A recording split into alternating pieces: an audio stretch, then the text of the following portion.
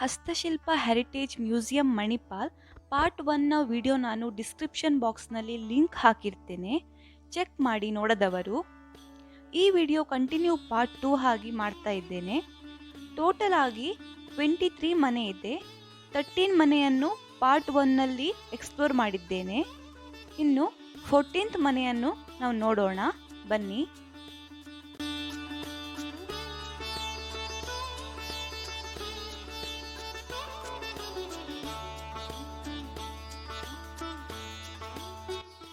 ಇದುವೇ 14ನೇ ಮನೆ, ಕುಂಜೂರು ಚೌಕಿ ಮನೆ ಅಂತ ಈ ಹೆಸರು.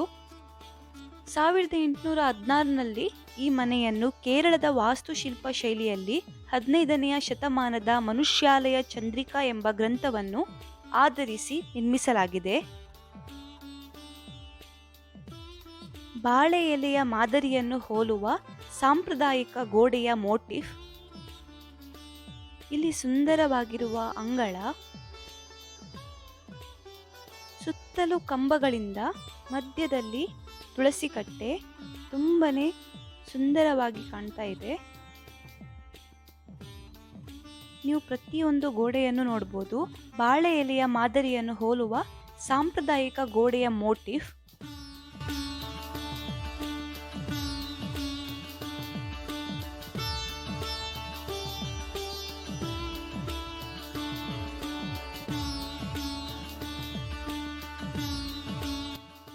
ಮರದ ಜೋಕಾಲಿ, ವಿದ್ಯಾಭ್ಯಾಸ ಮಾಡುವ ಟೇಬಲ್, ಮಗುವಿನ ತೊಟ್ಟಿಲು, ಹಳೆಯಗಾಲದ ಗಡಿಯಾರ, ಕನ್ನಡಿ,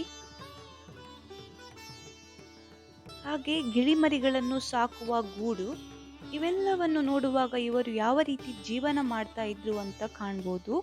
ಇನ್ನು ಮುಂದಕ್ಕೆ ಹೋಗೋಣ ಬನ್ನಿ. ಇಲ್ಲಿ ಕಿಟಕಿಗಳು ತುಂಬಾ ಕಮ್ಮಿ. ಈ ಒಂದು ರೂಮ್ನಲ್ಲಿ 2 ಸಣ್ಣ ಕಿಟಕಿ ಇದೆ. ಈಗ ಇನ್ನೊಂದು ರೂಮ್ಗೆ ಹೋಗೋಣ. ಇದು ಲೇಬರ್ ರೂಮ್.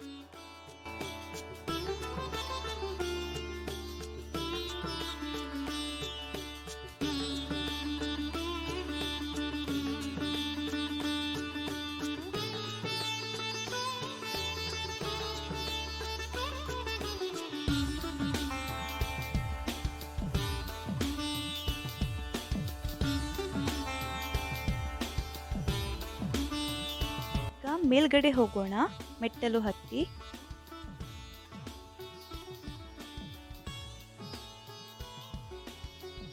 ಹಳೆಗಾಲದ ಮನೆಯ ಮೆಟ್ಟಲು ಯಾವ ರೀತಿ ಇದೆ ಅಂತ ಕಾಣ್ಬೋದು.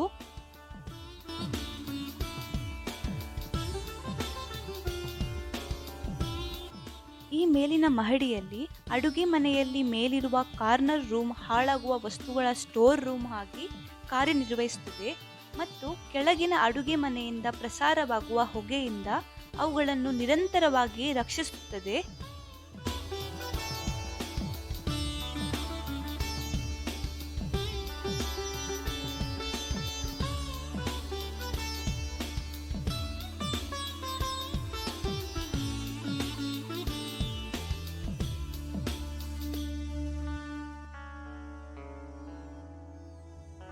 ಜೋಕಾಲಿಯ ಮೇಲೆ ನೀವು ಕಾಣಬಹುದು ಚೆನ್ನಮಣೆ ಇದೆ. ಮೊದಲಿನ ಕಾಲದವರು ಇದರಲ್ಲೇ ಆಟ ಆಡ್ತಾ ಇದ್ರು.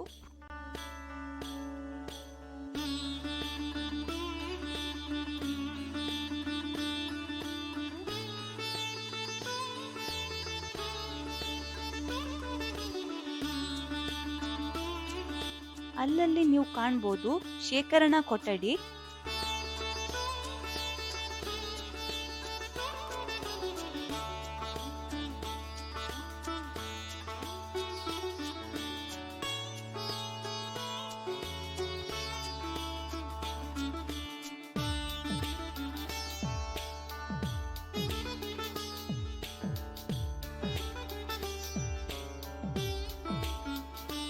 ಇಲ್ಲಿ ಸಣ್ಣ ಸಣ್ಣ ರೂಮ್ಗಳು ಇವೆ.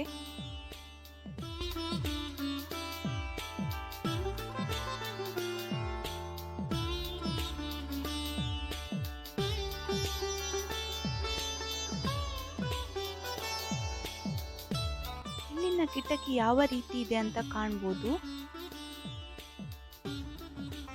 ಅಲ್ಲಲ್ಲಿ ಸಣ್ಣ ಪೆಟ್ಟಿಗೆಯನ್ನು ಕಾಣ್ಬೋದು ನೀವು.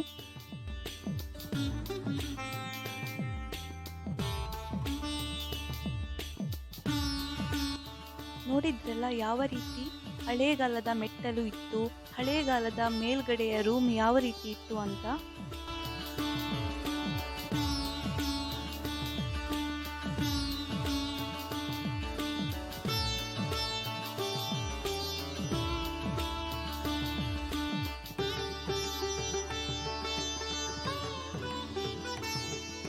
ಸೂರ್ಯನ ಕಿರಣ ಯಾವ ರೀತಿ ಕಂಬಗಳ ಮೇಲೆ ಬೀಳ್ತಾ ಇದೆ ಅಂತ ಕಾಣಬಹುದು.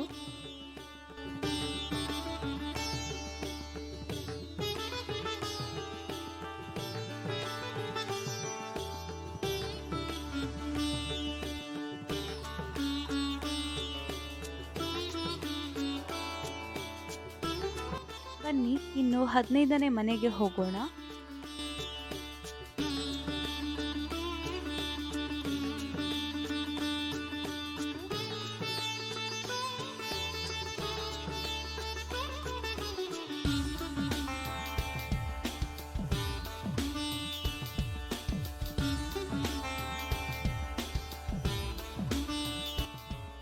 ಇದು ಭಟ್ಕಳ ನವಾಯತ್ ಮುಸ್ಲಿಂ ಮನೆ. ನವಾಯತ್ ಮುಸ್ಲಿಮರು ಎಂದು ಕರೆಯಲ್ಪಡುವ ಮುಸ್ಲಿಮರ ದೊಡ್ಡ ಜನಸಂಖ್ಯೆಯನ್ನು ಹೊಂದಿದೆ. ಅರೇಬಿಕ್ ಕ್ಯಾಲಿಗ್ರಫಿಯೊಂದಿಗೆ ಮುಖ್ಯ ಬಾಗಿಲಿನ ಸಂಕೀರ್ಣ ಕೆತ್ತನೆಗಳನ್ನು ನೀವು ಕಾಣಬಹುದು. ಈ ಮನೆಯನ್ನು ಸುಮಾರು 215 ವರ್ಷಗಳ ಹಿಂದೆ ನಿರ್ಮಿಸಲಾಗಿದೆ. ಹಳೆಗಾಲದ ಸೋಫಾ ಸೆಟ್,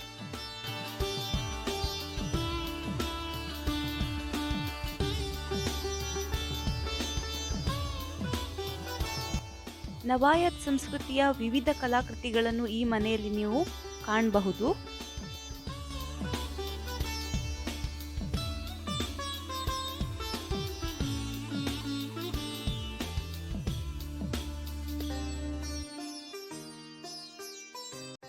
ಸಣ್ಣದಾದ ಬಾಲ್ಕನಿಯ ರೀತಿಯ ರೂಮ್,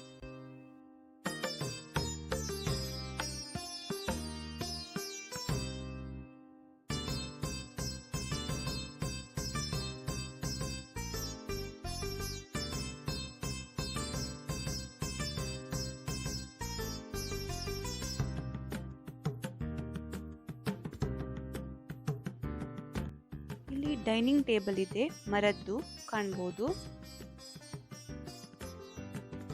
ಹಳೆಗಾಲದ ಕಿಚನ್ ಸಾಮಗ್ರಿಗಳನ್ನು ನೀವು ಕಾಣಬಹುದು. ಈ ಮನೆಯ ಹಳೆಗಾಲದ ಕಿಚನ್ ನೀವು ಕಾಣಬಹುದು ಯಾವ ರೀತಿ ಇದೆ ಅಂತ.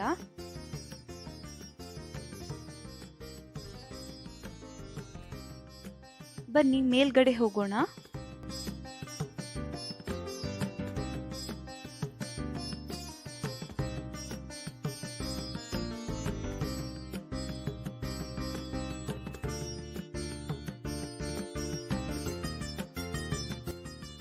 ಎದುರುಗಡೆಯಲ್ಲಿ ನೀವು ಕಾಣಬಹುದು ದೊಡ್ಡ ತೊಟ್ಟಿಲು ಮತ್ತು ಮೇಲ್ಗಡೆ ಸಣ್ಣ ತೊಟ್ಟಿಲು. ಹಾಗೆ ಇಲ್ಲಿ ಒಂದು ಬಾಲ್ಕನಿ, ಅಲ್ಲಲ್ಲಿ ಟ್ರೆಲ್ಲಿಸ್ ಕಿಟಕಿಗಳನ್ನು ಮಾಡಿದ್ದಾರೆ.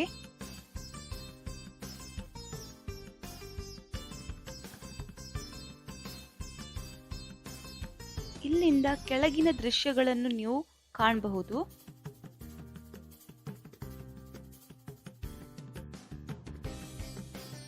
ಇಲ್ಲಿ ಕೂಡ ತುಂಬಾನೇ ರೂಮ್ಸ್ ಎಲ್ಲ ಇದೆ.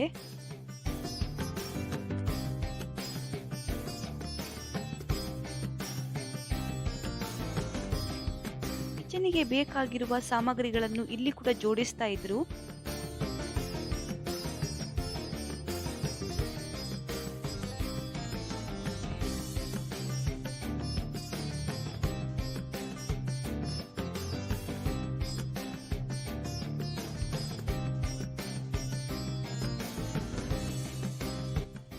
ಇಲ್ಲಿ ನಮಾಜ್ ಕೂಡ ಮಾಡ್ತಾ ಇದ್ರು.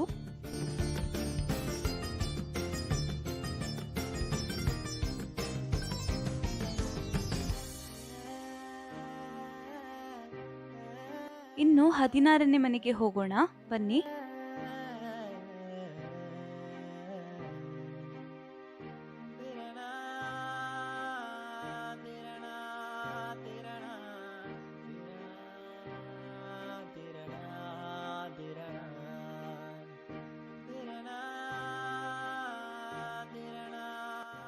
ಇದು ವಾಡೇಶ ಹೋಬಳಿ ಮನೆ. 1705ರಲ್ಲಿ ಕಟ್ಟಿರುವ ಈ ಮನೆ ಕುಂದಾಪುರ ತಾಲೂಕಿನ ಕೋಣಿ ಕಾರಂತರಿಗೆ ಸೇರಿದೆ. ಕಳೆದು ಹೋದ ಕಲೆ, ಸಾಂಪ್ರದಾಯಿಕ ಅಲಂಕಾರಿಯ ರೆಡ್ ಆಕ್ಸೈಡ್ ಮತ್ತು ಕಲಾಕೃತಿಯ ಗೋಡೆಯ ಪ್ಲಾಸ್ಟರ್ನಲ್ಲಿ ಬೆಸೆಯಲಾಗಿದೆ. ಇದನ್ನು ಹೊರಗಿನಿಂದ ಮಾತ್ರ ಕಾಣಲಿಕ್ಕಾಗ್ತದೆ.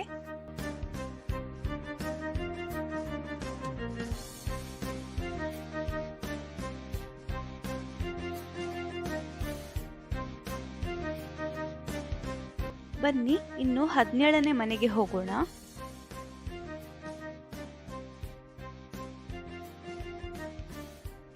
ಹದಿನೇಳನೇದ್ದು ಮನೆಯಲ್ಲ, ಮಾರುಕಟ್ಟೆ. ಲೇನ್ಗಳು ಮತ್ತು ಬೈಲೇನುಗಳ ಆರಂಭಿಕ ದಿನಗಳ ಮಾರುಕಟ್ಟೆಯ ಮನರಂಜನೆಗೋಸ್ಕರ ಮಾಡಿರುವುದು. ಇಲ್ಲಿ ಅಂಗಡಿಗಳನ್ನು ಕಾಣಬಹುದು. ಚಮ್ಮಾರರ ಅಂಗಡಿ, ಸೈಕಲ್ ರಿಪೇರಿ ಅಂಗಡಿ, ಒಲೆ ದುರಸ್ತಿ ಅಂಗಡಿ,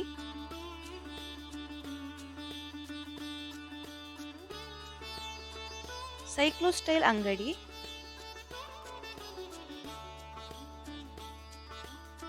ವಾಚ್ ರಿಪೇರಿ ಅಂಗಡಿ,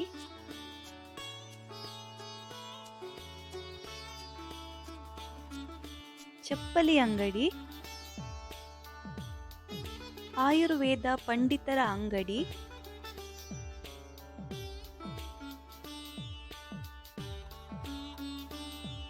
ಸೆಲೂನ್ ಇದೆ ಇಲ್ಲಿ ಕಾಣಬಹುದು.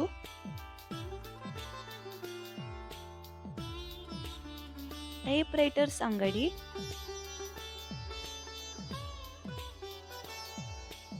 Tailor shop,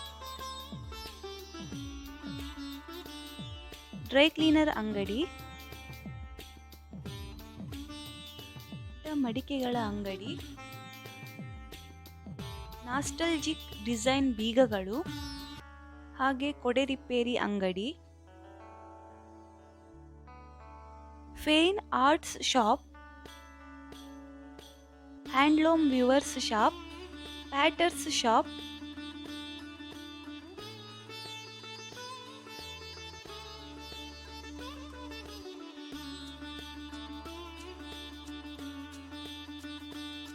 photo frame repair ಅಂಗಡಿ,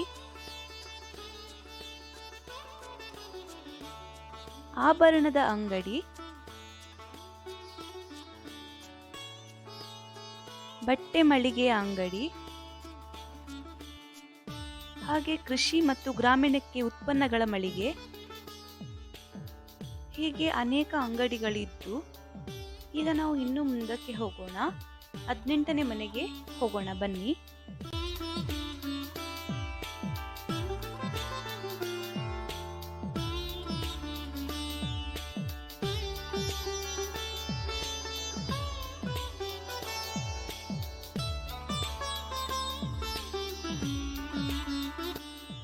ಇದು ಬೈಂದೂರು ನೆಲ್ಯಾಡಿ ಮನೆ.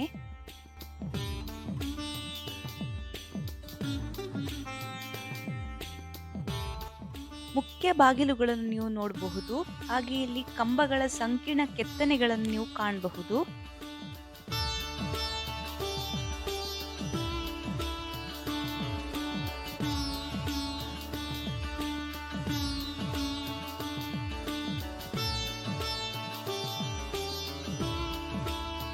ಮನೆಯಲ್ಲಿ ರೂಮ್ಗಳು ಕಮ್ಮಿ, ಆದರೆ ವಿಶಾಲವಾಗಿ ಕಟ್ಟಿದ್ದಾರೆ.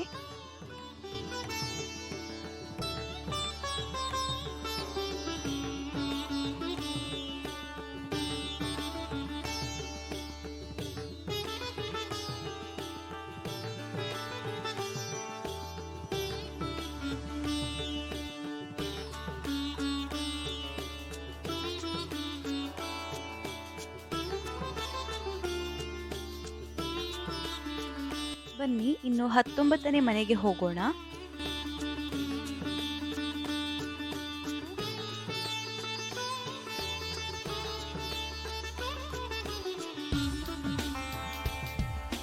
ಇದು ಎರುಕೋಣೆ ಮನೆ. ಈ ಮನೆ ಕುಂದಾಪುರ ತಾಲೂಕಿನ ಒಂದು ಪುಟ್ಟ ಗ್ರಾಮವಾಗಿದ್ದು ಹಲವಾರು ಸಣ್ಣ ಮತ್ತು ಮಧ್ಯಮ ಗಾತ್ರದ ಕೃಷಿ ತೋಟಗಳು ಮತ್ತು ತರಕಾರಿ ತೋಟಗಳನ್ನು ಹೊಂದಿದೆ. ಈ ಮನೆಯ ಕಂಬಗಳು ಮತ್ತು ಮುಖ್ಯ ಬಾಗಿಲಿನ ಸಂಕೀರ್ಣ ಕೆತ್ತನೆ ತುಂಬಾನೇ ಚೆನ್ನಾಗಿದೆ.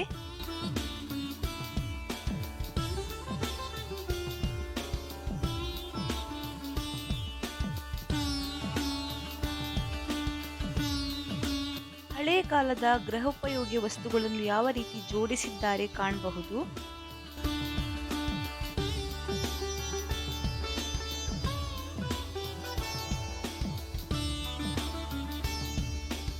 ಯಕ್ಷಗಾನದ ಕಲಾಕೃತಿಗಳನ್ನು ಸಹ ಇಟ್ಟಿದ್ದಾರೆ ಇಲ್ಲಿ.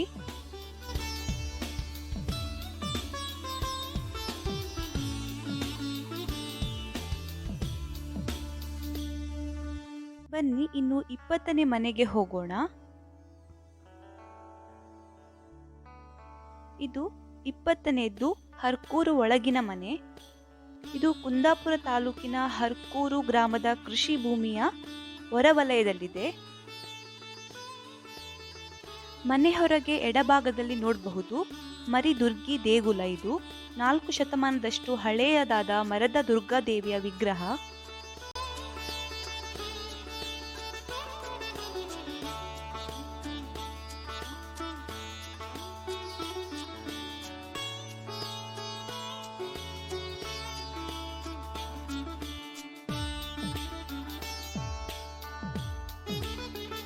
ಬನ್ನಿ ಇನ್ನು ಮನೆ ಯಾವ ರೀತಿ ಇದೆ ಅಂತ ತೋರಿಸ್ತೇನೆ. ಇದು 20ನೇದ್ದೇ ಮನೆ. ಹರ್ಕೂರು ಬಂಟು ಕುಟುಂಬದ ಮೂಲ ಮನೆಯಾಗಿದ್ದು ಸುಮಾರು 415 ವರ್ಷಗಳ ಹಿಂದೆ ನಿರ್ಮಿಸಲಾಗಿದೆ. ಯಾವ ರೀತಿ ಹಳೆಗಾಲದ ವಸ್ತುಗಳನ್ನು ಜೋಡಿಸಿದ್ದಾರೆ ಇಲ್ಲಿ ಕೂಡ ನೀವು ಕಾಣಬಹುದು. ಇಲ್ಲಿ ತುಂಬಾನೇ ಪೇಂಟಿಂಗ್ಸ್ ಇದೆ.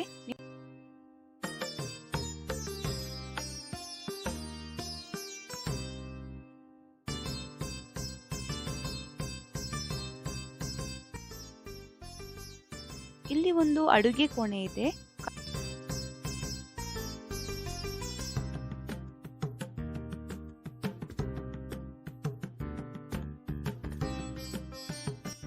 ಈ ಹರ್ಕೂರು ಕುಟುಂಬದವರು ಪೇಂಟಿಂಗ್ಸ್ಗೆ ತುಂಬಾನೇ ಮಹತ್ವ ಕೊಟ್ಟಿದ್ದಾರೆ.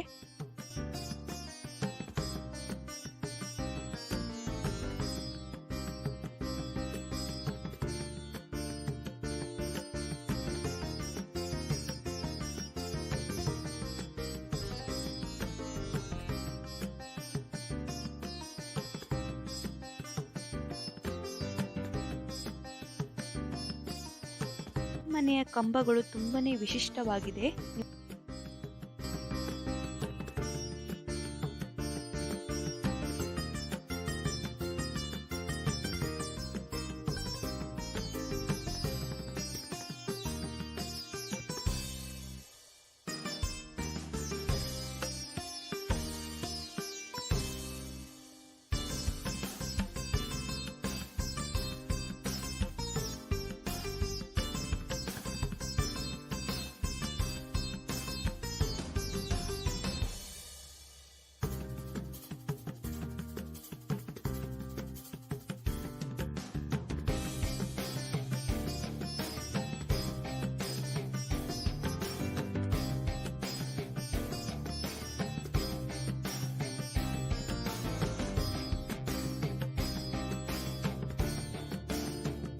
ಎಲ್ಲ ಕೋಣೆಯಲ್ಲಿ ನೀವು ಪೇಂಟಿಂಗ್ಸ್ ಅನ್ನು ಕಾಣಬಹುದು.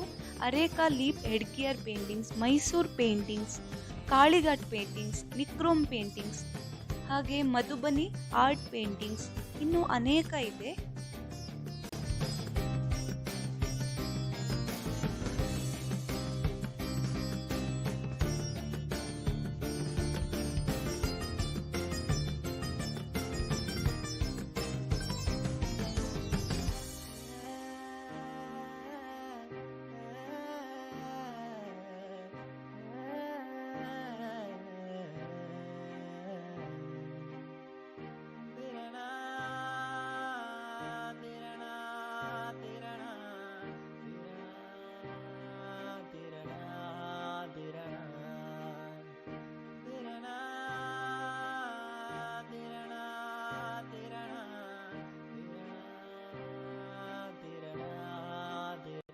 ಇದು ಲೇಬರ್ ರೂಮ್.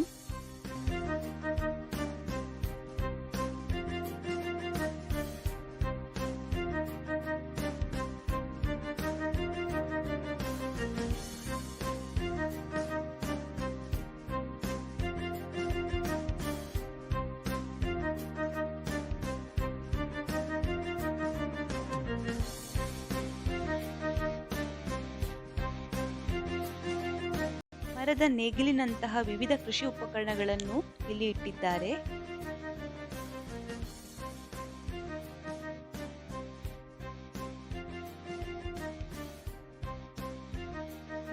ಒಂದನೇದು ಅಂಗಡಿಗಳು ಲೇನ್ಸ್ ಮತ್ತು ಬೈಲೇನ್ಸ್ ವಿವಿಧ ಸಮುದಾಯದ ಅಂಗಡಿಗಳನ್ನು ಕಾಣಬಹುದು. ಮೊದಲಿಗೆ ಸ್ನ್ಯಾಪ್ ಕಾರ್ನರ್,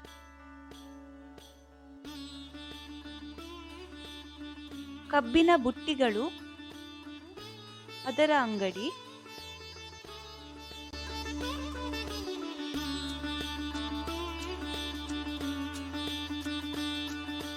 ಸಾಂಪ್ರದಾಯಿಕ ಔಷಧಿಗಳ ಅಂಗಡಿ, ಹಾಗೆ ಇಲ್ಲಿ ವಿವಿಧ ಸಮುದಾಯಗಳಿಂದ ಮಾಡಿದ ತೊಟ್ಟಿಲುಗಳು,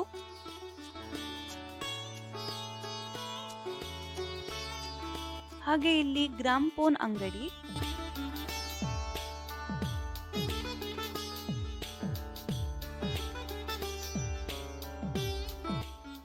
ಇಪ್ಪತ್ತೆರಡನೆಯದು ಸಾಂಪ್ರದಾಯಿಕ ಮತ್ತು ಸಾಂಸ್ಕೃತಿಕ ಕಲಾಕೃತಿಗಳು.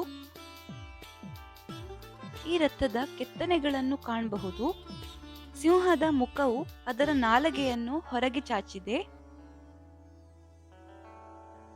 ಬನ್ನಿ ಇನ್ನು ಕೊನೆಯ ಮನೆ 23ನೇ ಮನೆ ನೋಡ್ಲಿಕ್ಕೆ ಹೋಗೋಣ.